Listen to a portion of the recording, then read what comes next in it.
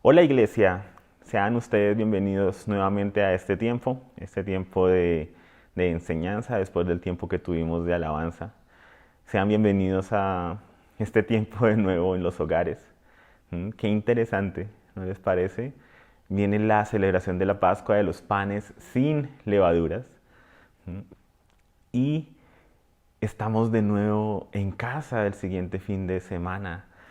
¿Qué está marcando el cielo? ¿Qué nos está queriendo decir? Desde el año pasado como iglesia hemos dicho que parte de lo que el Señor aprovecha para estos tiempos es para disciplinarnos, para enseñarnos, para instruirnos y para enseñarnos lecciones valiosas.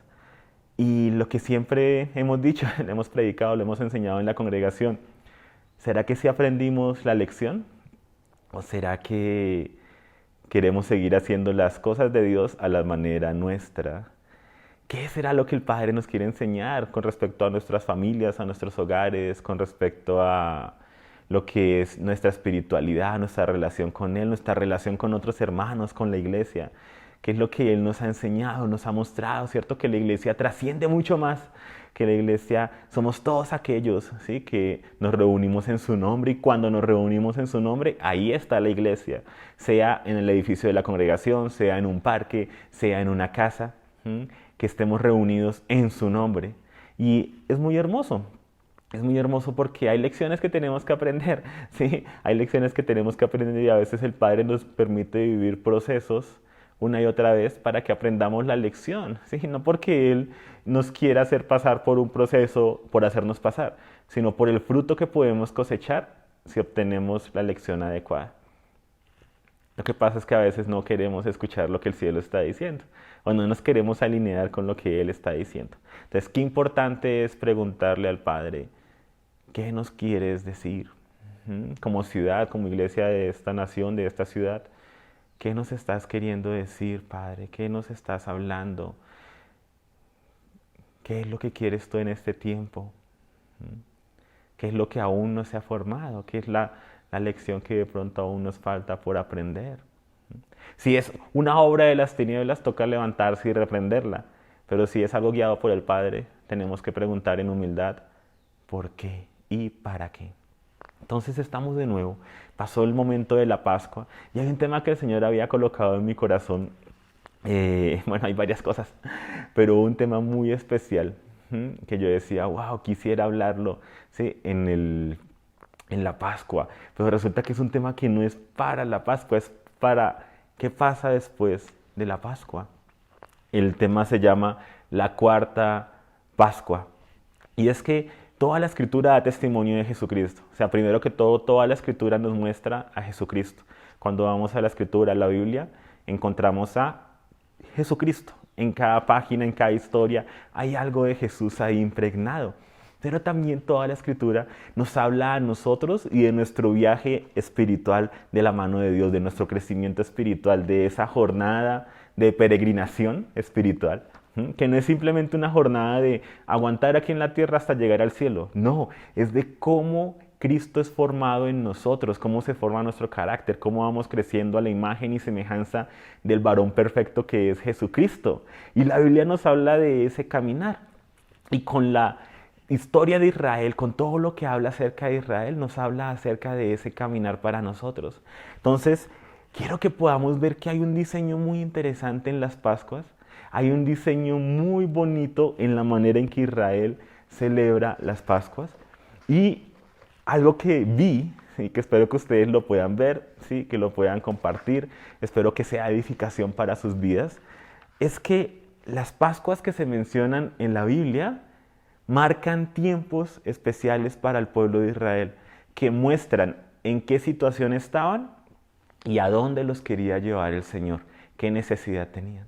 Y así pasa con nosotros. Acabamos de celebrar el Pascua, pero ¿saben algo? No todos celebramos la misma Pascua, porque eso depende del nivel espiritual y el nivel de nuestro caminar donde estemos.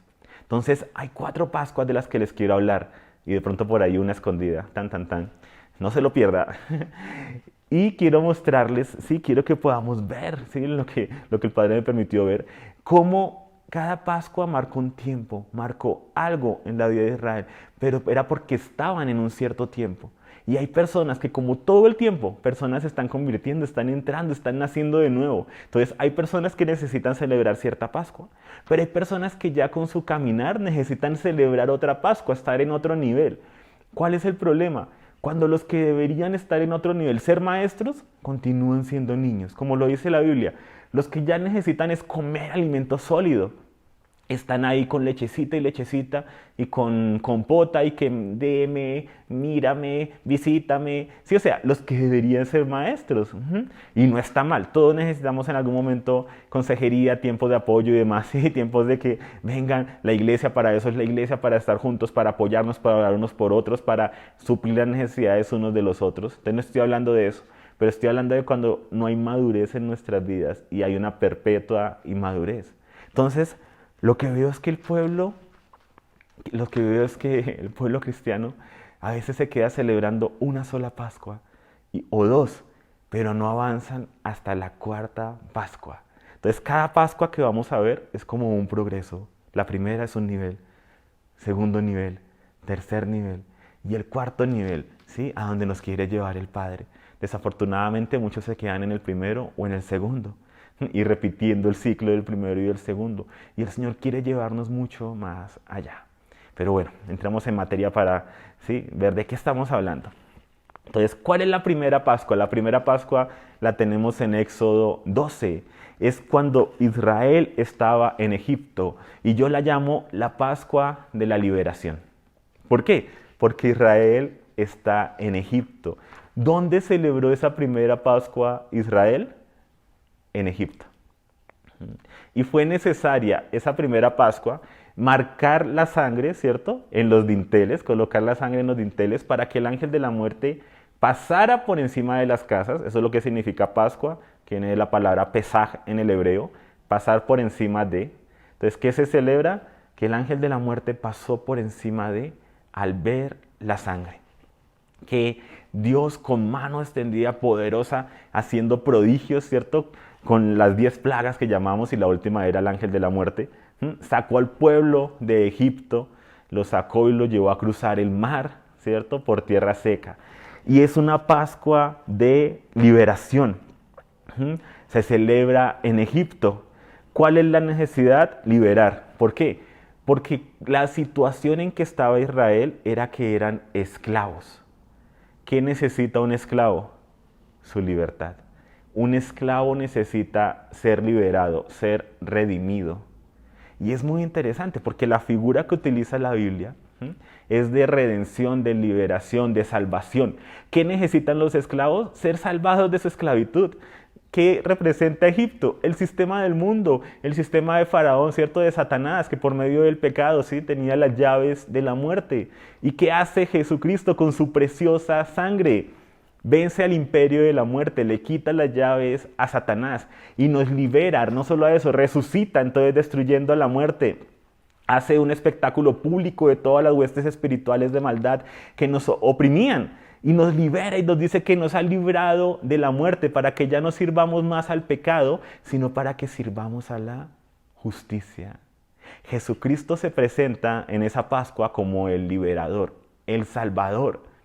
Desafortunadamente, muchos de nosotros hemos hecho de Jesucristo únicamente el perdonador, el que perdona nuestros pecados. Pero resulta que la Escritura en esta primera Pascua, la Pascua de la liberación, muestra a Jesucristo como el Cordero de Dios que quita el pecado del mundo.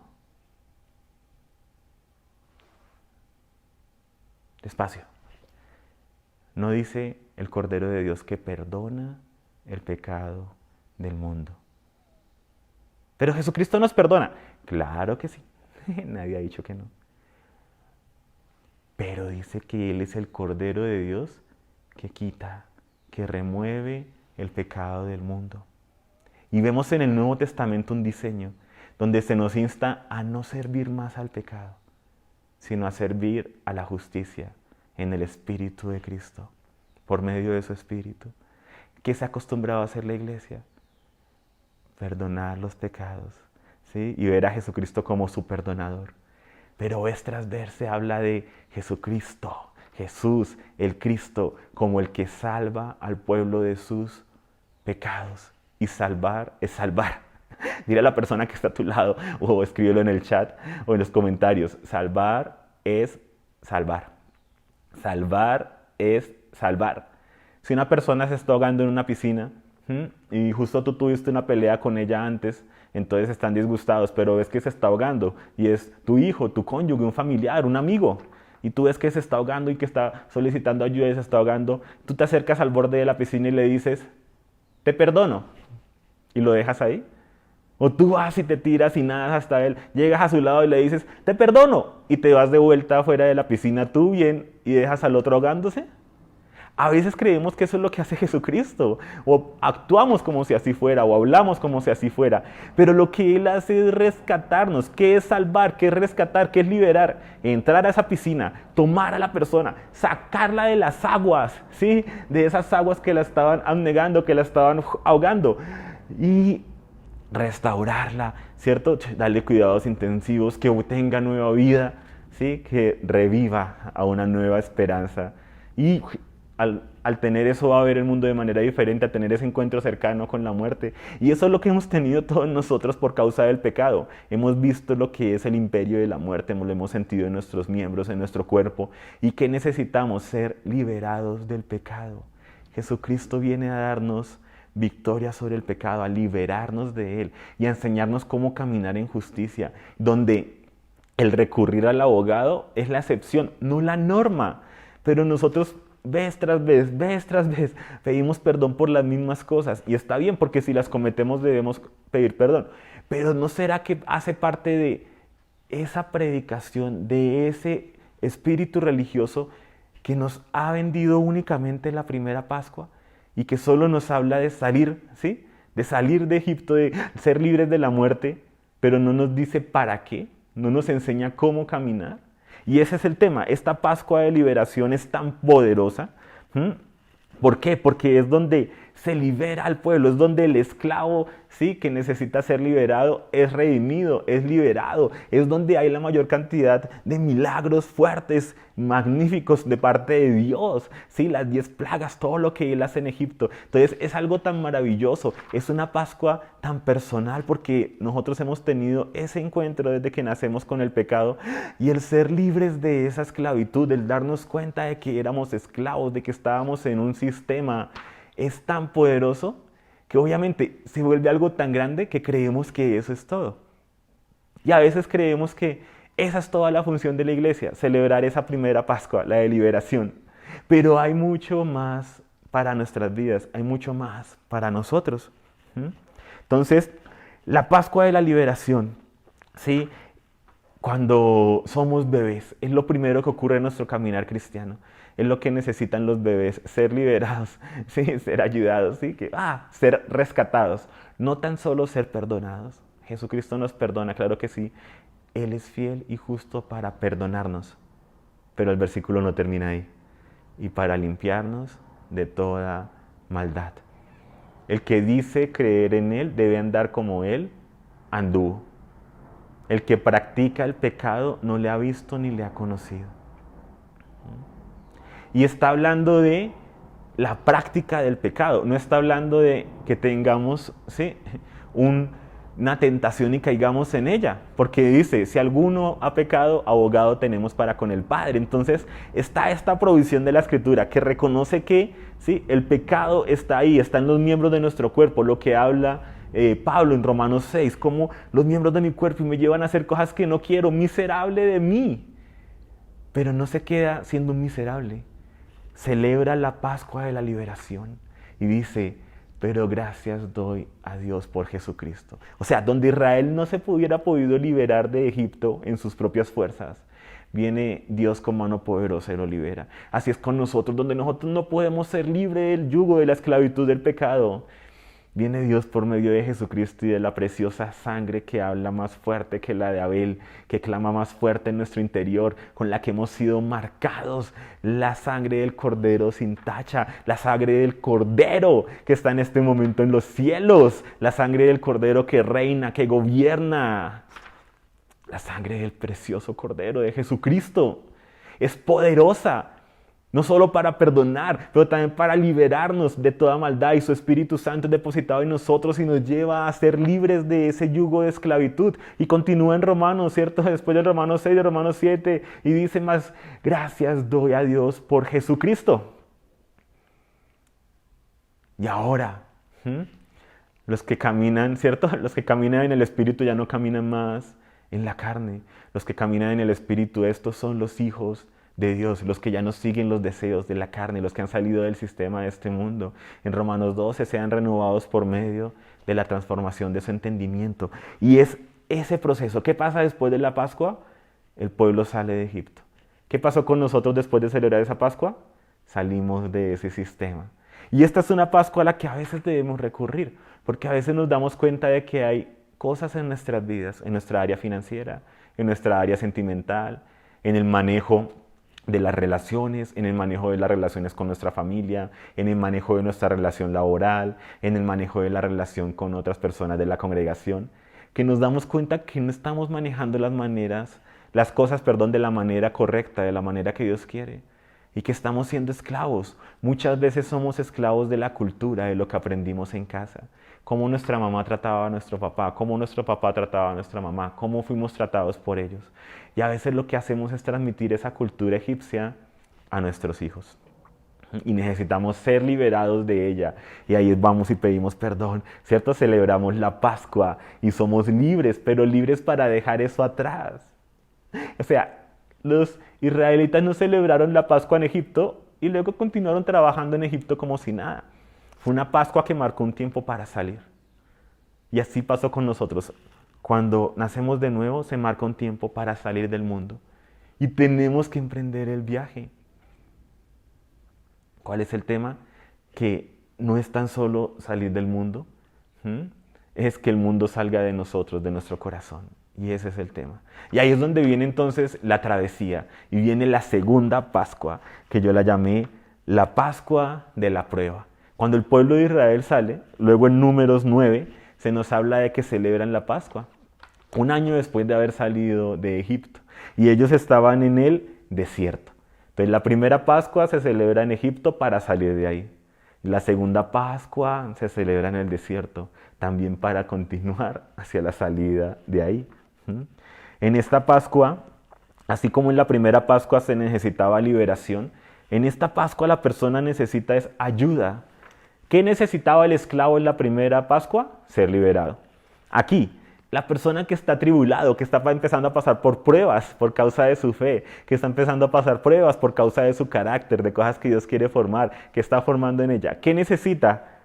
Ser ayudado. Una persona que está pasando por una prueba económica, ¿qué necesita? Pues ayuda económica, ¿sí? No compliquemos lo que Dios ha hecho sencillo. Entonces, esta Pascua es donde el Cordero, ¿sí?, se presenta como aquel Cordero de Apocalipsis, ¿sí?, de Apocalipsis, donde Él recibe las oraciones de los santos, donde se levantan las peticiones a Él, donde le pedimos ayuda por nuestra situación financiera, por una situación de salud, por que no han logrado conseguir un empleo, por una situación sentimental complicada, porque algunos están orando por la persona con la que se van a casar y no la han encontrado, ¿cierto? O no han sido encontrados, o de pronto son muy caprichosos y las opciones que hay las han negado cuando de pronto ahí estaba aquella que iba a ser la ayuda idónea, no la que tú deseabas, sino la que necesitabas. Y que obviamente eso viene también con el anhelo, con el gusto, con todo lo demás, ¿sí? O sea, Dios no te va a obligar a casarte con alguien que no te gusta. Ese no es el Dios que tenemos. Pero bueno, ese era un paréntesis ahí. Se nota el trabajo con los jóvenes.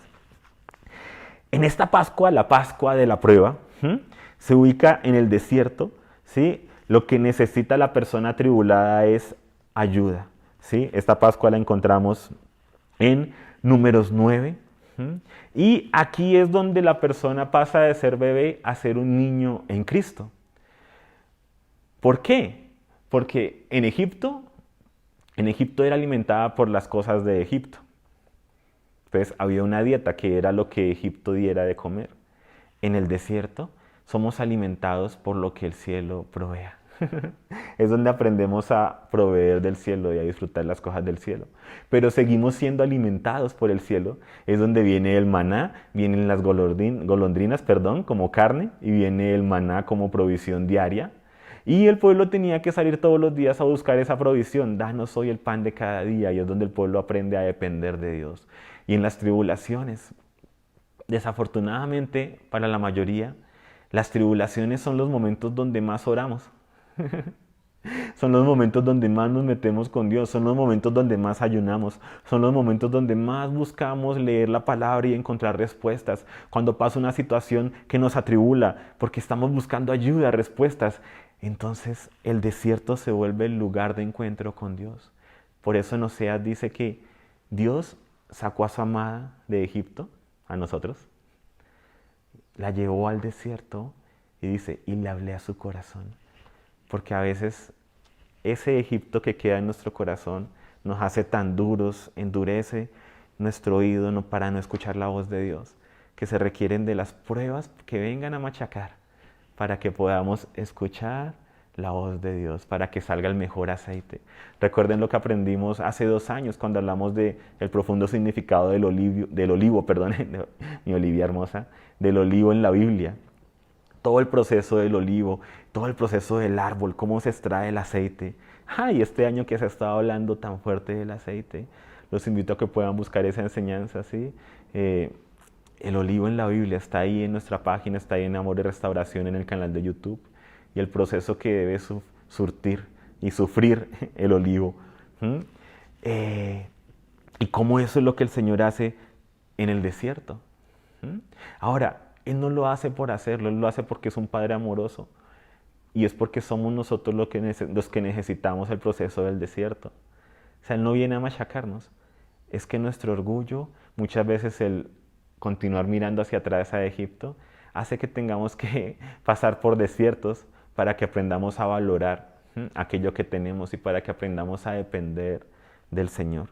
Pero ahí seguimos siendo niños, porque un niño necesita ser ayudado. Un niño se le debe ayudar a vestir, conforme va creciendo va aprendiendo a hacer cositas, pero se le debe ayudar a veces con la comida, se le debe preparar la comida, no se la prepara solo. Conforme va creciendo y ya no va siendo niño, sino joven, es donde empieza a cocinarse ciertas cosas, ¿cierto? Se le da acceso a más cosas, se le permite que escoja otras cosas, que ya se pueda vestir, ya no necesita ser bañado, sino que se mete solo a la ducha y se empieza a bañar, ¿sí? Es el proceso de aprendizaje y de crecimiento.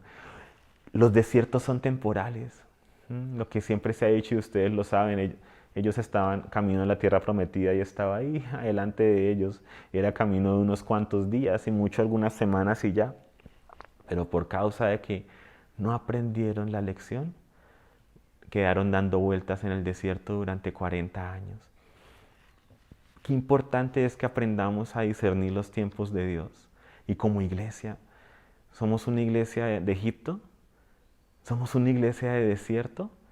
¿A dónde nos quiere llevar el Señor? Ahora, dentro de la iglesia hay personas que acaban de vivir la Pascua de liberación, porque acaban de ser liberados del pecado.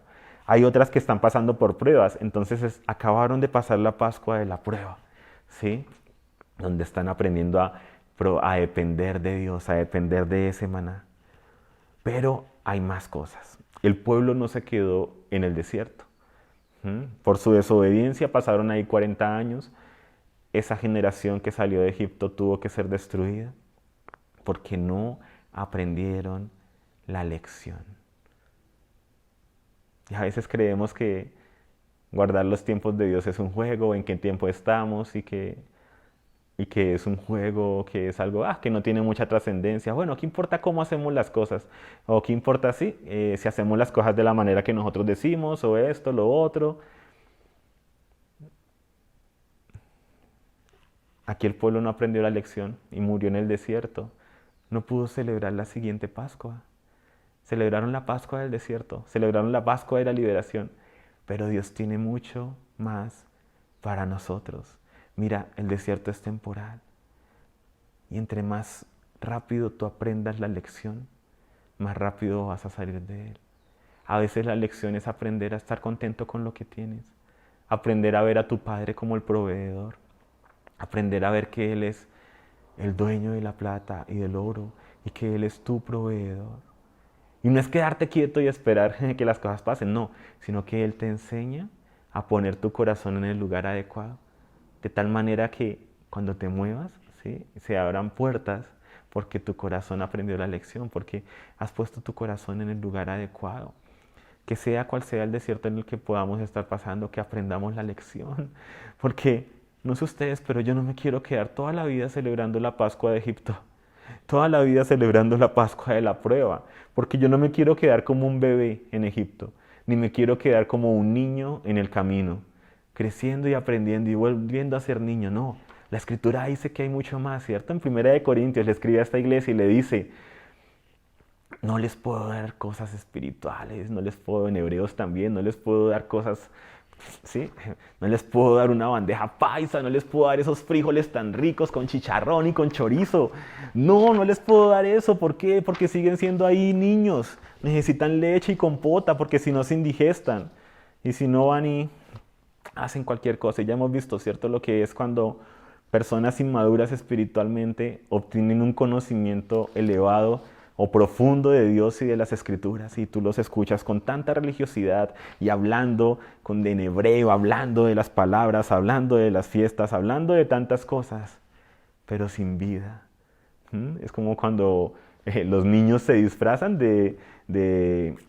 digamos, de bombero, de policía, ¿sí?, de piloto, ¿sí?, de aquello que quieren ser cuando grandes, y tú los ves ahí de médico y juegan al médico y todo. Donde ellos hicieran eso, en realidad matarían al paciente.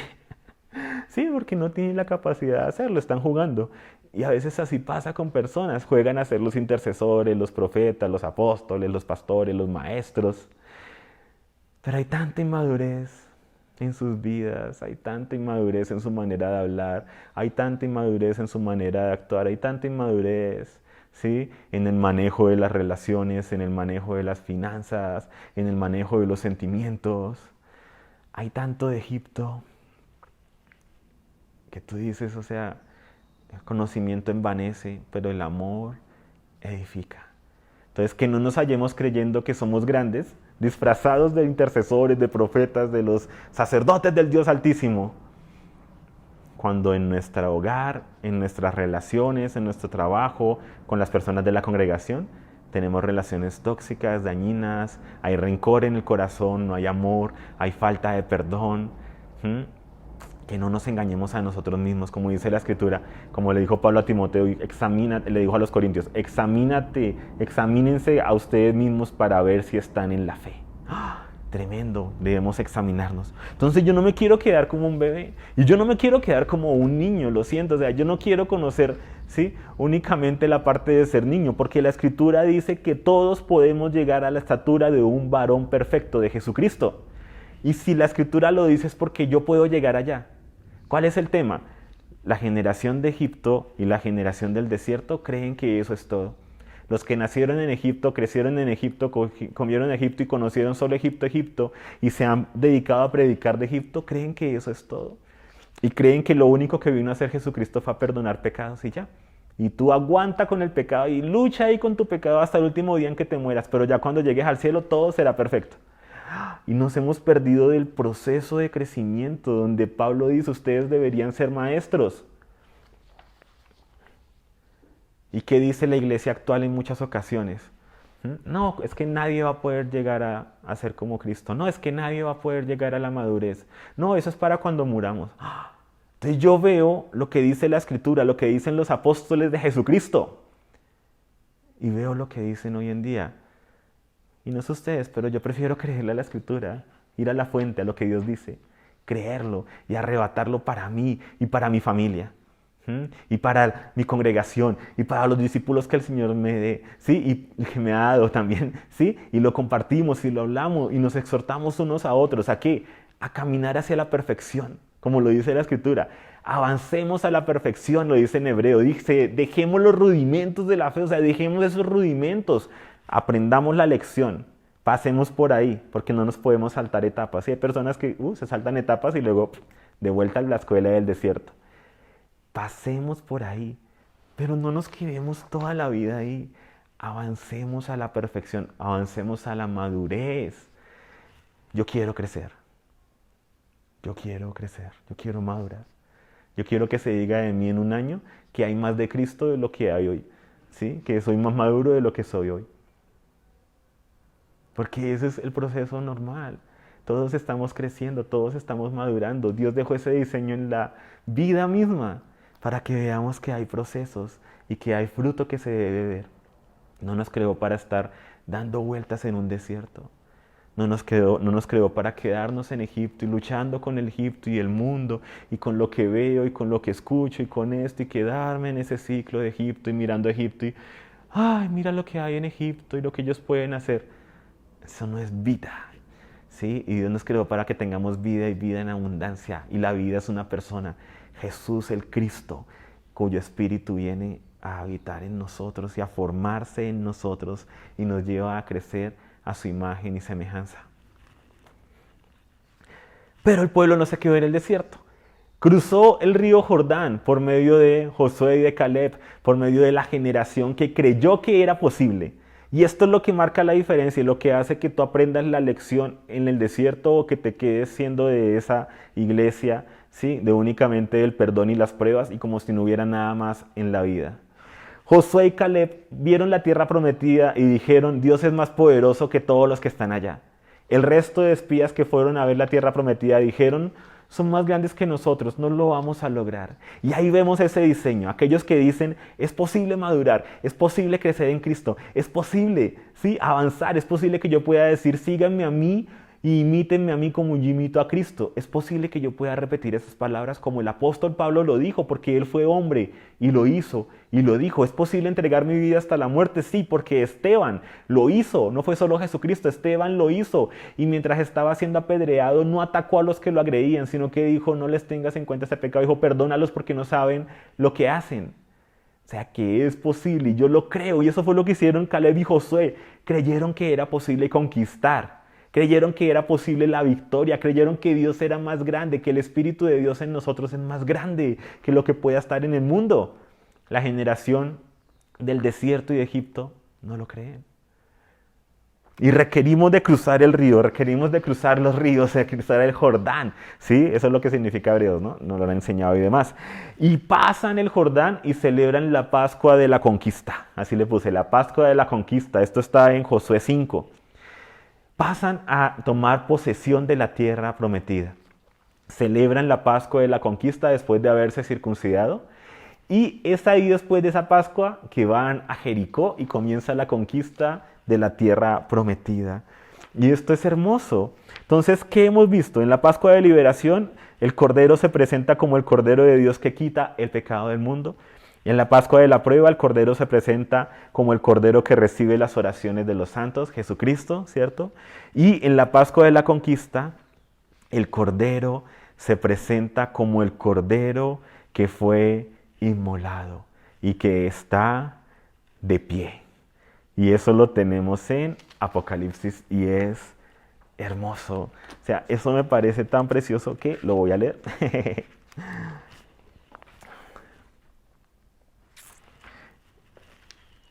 Piénsenlo por un momento. Nosotros a veces somos tan proféticos y vemos las cosas de una manera tan natural. Pensamos en Jesucristo reinando y decimos, Él es el león de la tribu de Judá.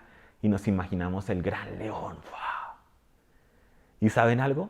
La Escritura le da el título, el león de la tribu de Judá. Pero la imagen con que lo muestra no es la de un león. Le da un título, el león de la tribu de Judá. Pero la imagen con que lo muestra no es la de un león. Es muy interesante.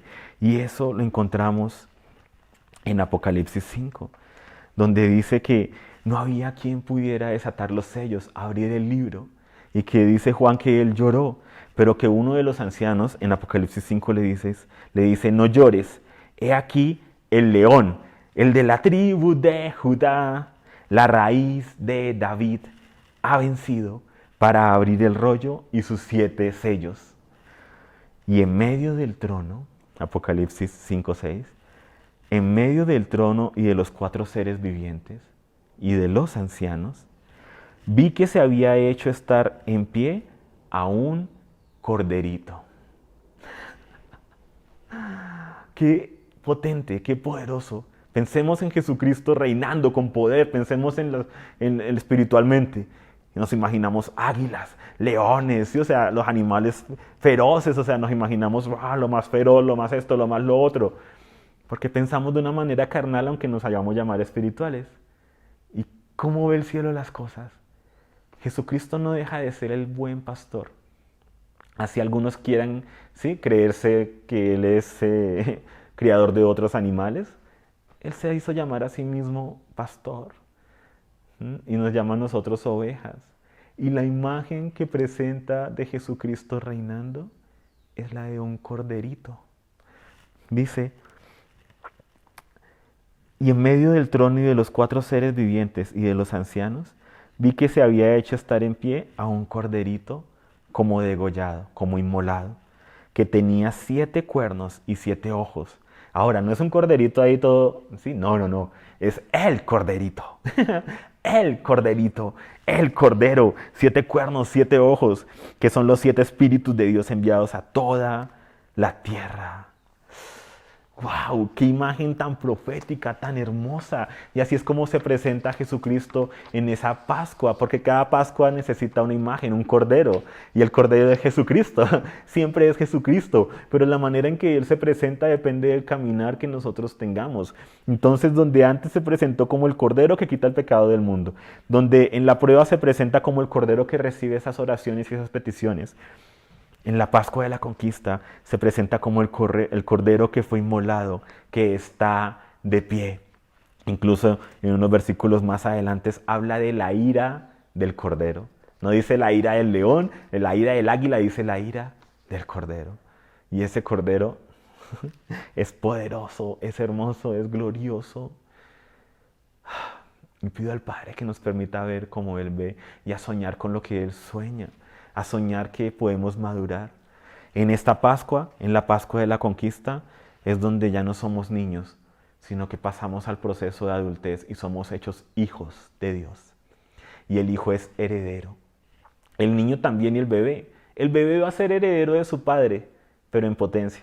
El niño es heredero de su padre, pero no puede manejar nada de lo del padre, no puede tomar el carro del padre, no puede tomar las tarjetas débito del padre, no puede tomar las cuentas bancarias del padre ni utilizar el dinero del padre, porque sigue siendo niño. Pero el hijo es el que puede empezar a ejercer el poder y la autoridad del padre. Y el que madura también. Entonces, aquí la persona ya es libre. Recordemos, en Egipto, en la Pascua de la Liberación, era esclavo y pasa a necesitar redención, liberación. En la Pascua de la Prueba era atribulado y pasa a necesitar ayuda y a ser ayudado. En la Pascua de la Conquista, la persona ya es libre. ¿Y qué necesita una persona libre? Propósito. Propósito. Y empieza la conquista de la tierra prometida. Y esa conquista de la tierra prometida espiritualmente es la conquista de nuestro ser. Cómo crecemos y cómo maduramos a la estatura de la plenitud de Cristo. Y es hermoso. No solamente eso, en la Pascua de la Conquista se debe seguir el liderazgo de Joshua. Joshua es la misma palabra para escribir Jesucristo. O sea que si estuviéramos en tiempos del Nuevo Testamento, escucharíamos que a Jesucristo se le diría Joshua, Joshua, si le hablaban en hebreo, ¿sí? Pero si le hablaban en arameo, le dirían Yeshua, Yeshua, porque el Yeshua, ¿sí?, es el arameo, de la palabra Joshua, que el arameo fue el hebreo común, porque el hebreo clásico, por decirlo de esa manera, el hebreo Reina Valera, había estado en desuso. Entonces estaba el hebreo común, que es el arameo. Pero entonces la raíz es Joshua. ¿Por qué? Porque ese Joshua de Josué 5 y del libro de Josué, es nuestro Jesucristo. Y cuán importante es, después de esa Pascua, empezar a conquistar y entender que debemos seguir el liderazgo de nuestro Joshua. De nuestro Joshua, que es el Mesías, el Cristo, y seguir lo que Él dice y hacer lo que Él dice y depender de Él y empezar a conquistar, y empezaron a conquistar y empezaron a seguir los diseños de Dios. Pero ¿saben algo? No se quedaron repitiendo diseños. Miremos algo muy interesante. En toda la historia bíblica, una sola vez una ciudad fue destruida dándole 7 vueltas. Y veamos los grupos de intercesión a nivel de la historia cristiana. Se ponen a darle 7 vueltas a todas las cosas. ¿Por qué? Porque creen que repitiendo el modelo van a obtener el resultado. Y resulta que la clave es depender de la guía del Espíritu. Joshua escuchó la voz de Dios y le dijo al pueblo lo que habían de hacer. Y por haber obedecido la voz de Dios, ocurrió lo que ocurrió. No estoy diciendo que no hayan diseños espirituales, que no hayan diseños, sí los hay. Lo que digo es que a veces caemos en ese ritualismo y en esa espiritualidad en que ya no la sabemos. Ah, sí, pues démosle 7 vueltas a la cosa. Ah, sí, pues echemos aceite. Ah, sí, pues hagamos esto o lo otro. Cuán importante es seguir la dirección del Espíritu y no actuar simplemente por aquello que siempre se ha hecho y porque ha sido la manera en que siempre lo hemos hecho. Pero cuánto cuesta romper la religiosidad en nosotros. Como esos muros de Jericó, así se requiere un trabajo, pero es posible y podemos avanzar y podemos conquistar. Y esa es la Pascua de la conquista, donde se conquista, donde empiezas a conquistar las áreas de tu vida, donde conquistas el área de tu carácter, donde conquistas el tema de la ira, el tema de la glotonería, el tema de las finanzas, donde ya no eres esclavo, donde ya no eres el atribulado que pide ayuda, donde empiezas a conquistar de la mano de Dios. En esa Pascua, después de que se celebra la Pascua de la conquista para empezar a conquistar la tierra prometida, cesa el maná, porque ya el hijo puede hacer cosas por sí mismo, no necesita la lechecita únicamente, no necesita el maná, ahora puede empezar a producir fruto y a comer del fruto que produce, porque el Espíritu de Dios está en él. Y continúa dependiendo aún más de la voz del Padre. Continúa aún con su oído más afinado a la voz del Padre. Pero ya no es alimentado. Ahora produce alimento para otros. Ahí es donde empiezas tú a dar, a ayudar a otros, a ayudar con consejo, a ayudar con sabiduría, a ayudar con cosas físicas a los que lo necesitan. Ahí es donde tú comienzas a conquistar la tierra prometida que es tu vida, a madurar y a crecer cada vez más a la estatura del varón perfecto, a que se dé el fruto del Espíritu, porque se hace la conquista, se empieza a cosechar, se empieza a sembrar, ¿sí? Se da ese fruto de paz, de amor, de gozo, de paciencia, de benignidad, de mansedumbre, de templanza, de fe, de fidelidad y de todas estas cosas contra las cuales no hay ley. Y esa es la Pascua de la conquista que celebró el pueblo de Israel. Pero no se quedó únicamente ahí. Ellos debían entrar, debían conquistar la tierra. Desafortunadamente Israel no fue fiel y no pudo llegar a la cuarta Pascua. Desafortunadamente Dios les dijo, arrasen con todo y destruyan todo, no dejen nada del mundo, no dejen nada de lo que no pertenece a la tierra prometida. Pero ellos conservaron ídolos, ellos dejaron naciones viviendo entre ellos, fueron en contra de lo que Dios y Yeshua, su Joshua les había dicho. Joshua dijo, yo en mi casa serviremos al Señor. Y es lo que tú debes decir, mira, así todos alrededor hayan decidido no avanzar a la madurez, yo en mi casa seguiremos al Señor.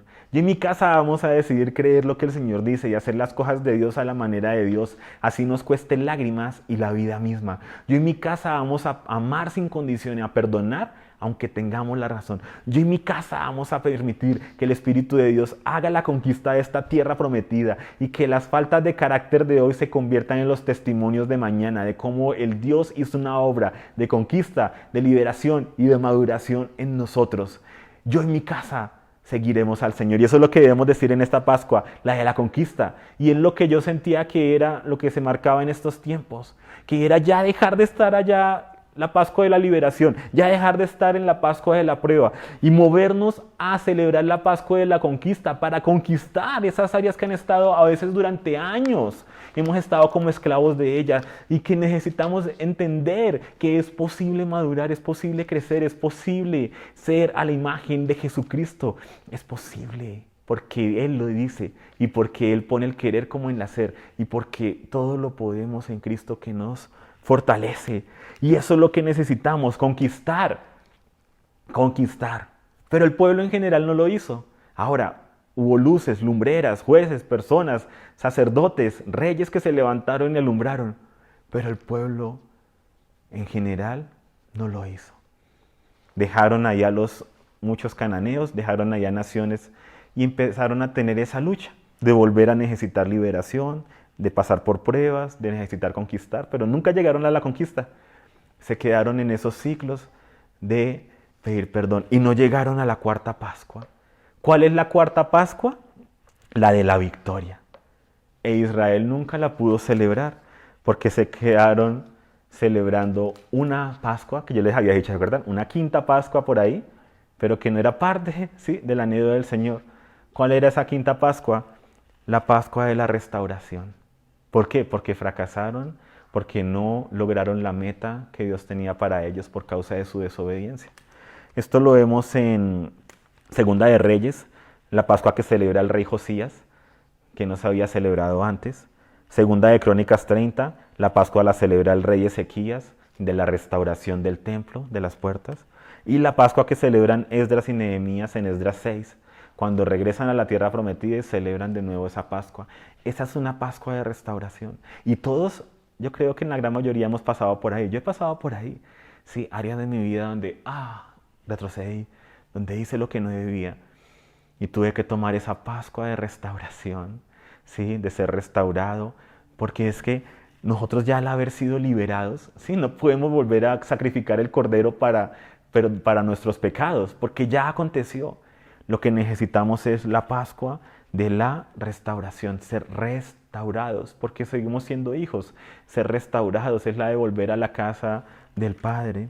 En Segunda de Reyes 23-22 dice algo muy interesante. Dice, una Pascua semejante no había sido celebrada desde los días de los jueces que juzgaron a Israel, ni en todos los días de los reyes de Israel y de los reyes de Judá. Ni siquiera David celebró la Pascua. ¿Sí? No celebraron los tiempos de Dios. No celebraron la Pascua de la victoria. Y cuando se dieron cuenta del estado en que estaban de derrota, en que habían ídolos, en que necesitaba una reforma, y es donde se hacen las reformas, donde se quitan los lugares altos, se quita la idolatría, se destruyen a los sacerdotes idólatras y demás, se celebra la Pascua de la restauración, donde el pueblo le dice a Dios, queremos volver a hacer las cosas bien, queremos creer en tu diseño, queremos crecer. ¿Cuál es el problema? Que a veces nos quedamos únicamente en la restauración, en la reforma, pero no crecemos a la madurez, no avanzamos a la conquista. Y es lo que vemos ahí tristemente con Israel. Celebran la Pascua, hay unos años de bonanza, de conquista, ¿sí?, de hacer las cosas como Dios dice, y luego se levanta otro rey y los lleva a hacer lo malo delante de Dios. Y entonces se requiere otra restauración. Y es muy interesante porque es 3 veces que se menciona la Pascua, con el rey Josías, con el rey Ezequías y con Esdras.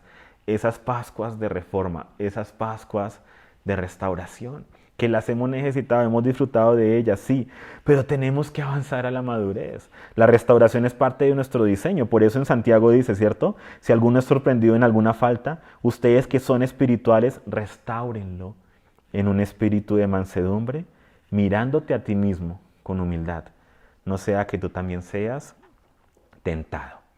Entonces debemos tener misericordia con los que necesitan restauración, no señalarlos.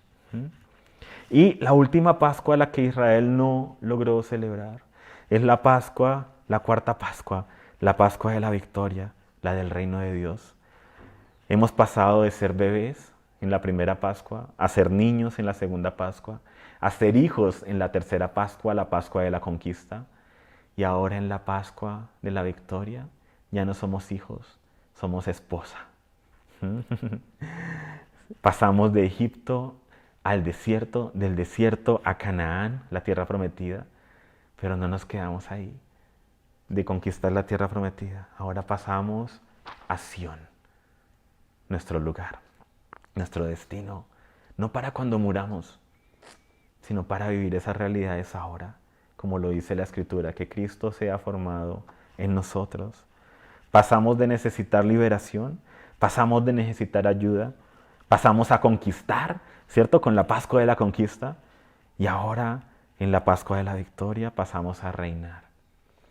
El Cordero se presenta como el Cordero que fue inmolado y que está celebrando las bodas del Cordero, la cena del Cordero. Y es un progreso de lo que vemos en el Salmo 23, pero sé que el tiempo ya no nos da, ¿sí? De cómo el Señor nos lleva en ese proceso hacia la victoria y a reinar. ¿Mm? Por eso la Escritura dice en Apocalipsis, a su esposa se le ha concedido que se vista de lino fino, y el lino fino son las acciones justas de los santos. Cuando la justicia hace parte de nuestra vida, cuando la justicia hace parte de nuestro ser, cuando el fruto del Espíritu se da, cuando conquistamos la tierra prometida, nosotros, nuestro carácter, nuestras áreas, empezamos a gobernar, a reinar. Dios nos ha hecho para que gobernemos, por eso nos dio espíritu de dominio propio. Y el primer encargo es dominar esto, controlar nuestra lengua, como lo dice en Santiago 3. ¿Qué necesita la persona que ha conquistado, que es victorioso? El victorioso necesita celebrar.